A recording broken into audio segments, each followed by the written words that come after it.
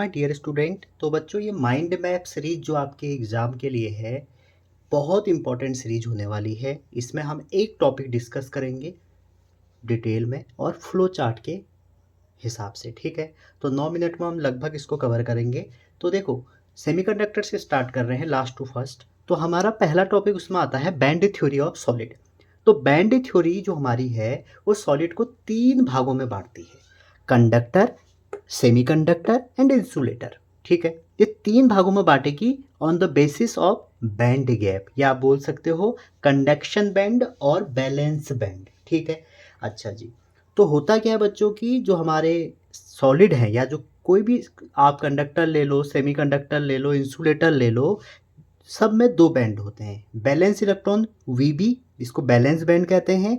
और जब electron balance band से मूव करते हैं, कंडक्टिविटी में जो रोल करेंगे वो आपके कंडक्शन बैंड वाले इलेक्ट्रॉन होंगे। ठीक है, तो जितने ज़्यादा इलेक्ट्रॉन बैलेंस बैंड से कंडक्शन में जाएंगे उतनी अच्छी कंडक्टिविटी होगी। ठीक है, तो हर किसी के पास जो हमारा लोअर मोस्ट पे हमारा बैंड होगा उसको बैलेंस बैंड कहेंगे। इसमें बैलेंस इलेक्ट्रॉन फिल्डअप होते हैं और इसमें कंडक्टिविटी जब हमारी होगी, कंडक्टिविटी तो कंडक्शन बैंड कहलाए जाएंगे। ठीक है, तो कंडक्टर के लिए होता ये है कि जो बैंड गैप है, बैंड गैप या आप इसको फॉरबिडन गैप कह सकते हैं, दोनों बैंड के बीच का जो डिफरेंस है वो 0 अगर आएगा वो हम कंडक्टर कहते हैं।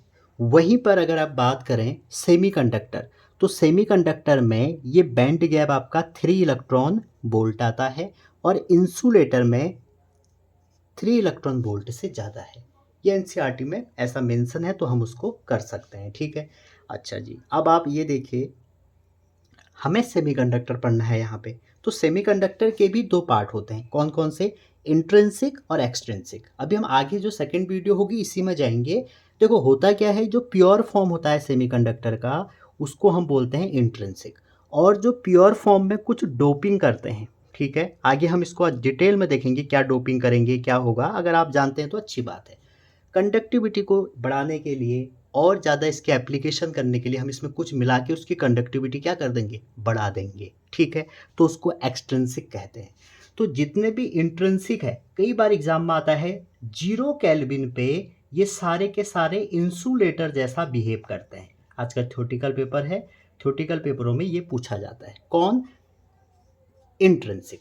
ठीक है, अच्छा आगे चलते हैं। इसी में जो बच्चों हमारे ये बैंड हैं, ये बैंड जो है हमारा बैंड गैप, इसको फॉरबिडन गैप भी कहते हैं, और इन दोनों के गैप जो है एनर्जी का डिफरेंस है। ठीक, अब आप देखिए, जो हमारे ये कंडक्टर है, जो हमारे सेमीकंडक्टर है और इंसुलेटर है, इसमें एक बहुत इंपॉर्टेंट बात ये है कि यहाँ पर जो हमारा फर्मी एनर्जी लेवल है। ठीक है, अब आप कहेंगे सर फर्मी एनर्जी लेवल क्या है? तो फर्मी एनर्जी लेवल हमारा हाईएस्ट एनर्जी लेवल होता है कंडक्शन बैंड में, जो हम इलेक्ट्रॉन से फिल करते हैं। कहाँ पर? एट एब्सोल्यूट जीरो पे। एब्सोल्यूट जीरो पे कंडक्शन बैंड में जो हमारे एक ऐसा लेवल जहाँ पर इलेक्ट्रॉन फिलअप करते हैं उसको हम फर्मी लेवल, फर्मी एनर्जी कहते हैं। ठीक है, तो आप ये भी कह सकते हैं फर्मी एनर्जी लेवल वहाँ लाई करता है आपका, ये पूछा जाता है आपके कि कहाँ लाई करेगा। तो कंडक्टर का ये क्या करेगा, कंडक्शन बैंड में लाई करेगा। फर्मी एनर्जी लेवल एफ से लिख देते हैं इसको, हमारा कहाँ लाई करेगा, कंडक्शन बैंड में। ठीक है, और हमारा सी बी और वी बी में देखो, जब हम कोई कंडीशन लगाते हैं, टेम्परेचर रेज करते हैं, तो इसमें कुछ इलेक्ट्रॉन हमारे कंडक्शन बैंड में चले जाते हैं। तो इसमें फर्मी एनर्जी लेवल कहाँ होगा, बीच में होगा। तो आप देखिए, ये कहना आप कहेंगे बीच में, तो किसके बीच में होगा? अगर इंट्रिंसिक आएगा तो इंट्रिंसिक में क्या होगा, कंडक्शन बैंड और बैलेंस बैंड के बीच में आपका क्या होगा, फर्मी एनर्जी लेवल। लेकिन एक्सट्रिंसिक टाइप के जो हमारे सेमीकंडक्टर होते हैं वो 2 टाइप के होते हैं, N type, P type. N type, P type आपने पढ़े होंगे। तो एन टाइप में जो हमारा फर्मी एनर्जी लेवल होगा और पी टाइप में जो हमारा फर्मी एनर्जी लेवल होगा वो आपको पता होना चाहिए, आपके एग्जाम में पूछा जाता है। बीच में तो होगा, एग्जैक्ट कहाँ पे लाई करेगा वो आपको पता होना चाहिए।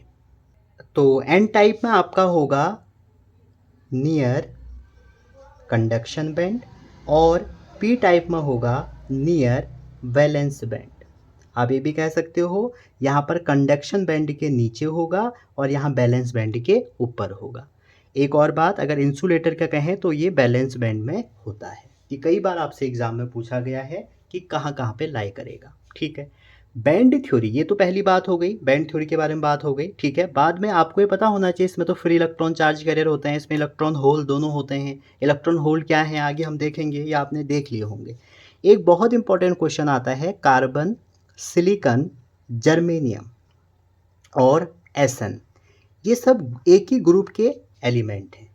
ये जब एक ही ग्रुप के एलिमेंट हैं तो कार्बन आपका इंसुलेटर है, कार्बन आपका इंसुलेटर है, सिलिकॉन और जर्मेनियम आपके क्या हैं, सिलिकॉन और जर्मेनियम आपके सेमीकंडक्टर हैं, और वहीं पर जो टिन है वो आपका मेटल है। ऐसा क्यों बच्चों? ठीक है, एनसीईआरटी में जाओगे तो ये पूछा जाता है। देखो, क्योंकि इसका बैंड थ्योरी के हिसाब से एनर्जी गैप 0 होता है, इसलिए ये मेटल है। और कार्बन का जो एनर्जी गैप है वो 3 इलेक्ट्रॉन वोल्ट से ज़्यादा होता है। आप चाहें तो कमेंट कर सकते हैं। और इन दोनों का जो एनर्जी गैप है वो आपका क्या होता है, 3 इलेक्ट्रॉन वोल्ट से कम होता है, इसलिए ये आपका सेमीकंडक्टर होता है। ठीक है, कई बार एग्जैक्ट इनका गैप पूछ लिया जाता है। तो कार्बन का अगर आप एनर्जी गैप देखें तो कार्बन का होता है 5.4 इलेक्ट्रॉन वोल्ट में मेजर किया जाता है ये। सिलिकॉन का होता है आपका 1.1 इलेक्ट्रॉन वोल्ट। और वहीं अगर आप बात करें जर्मेनियम का, तो जर्मेनियम का होता है 0.7 इलेक्ट्रॉन वोल्ट। तो कभी इसका ऑर्डर लिखने को आएगा तो आप CNG से याद कर सकते हैं। क्या याद कर सकते हैं? CNG से याद कर सकते हैं, CSG। ये कौन सा ऑर्डर है? ये आपका डिक्रीजिंग ऑर्डर है।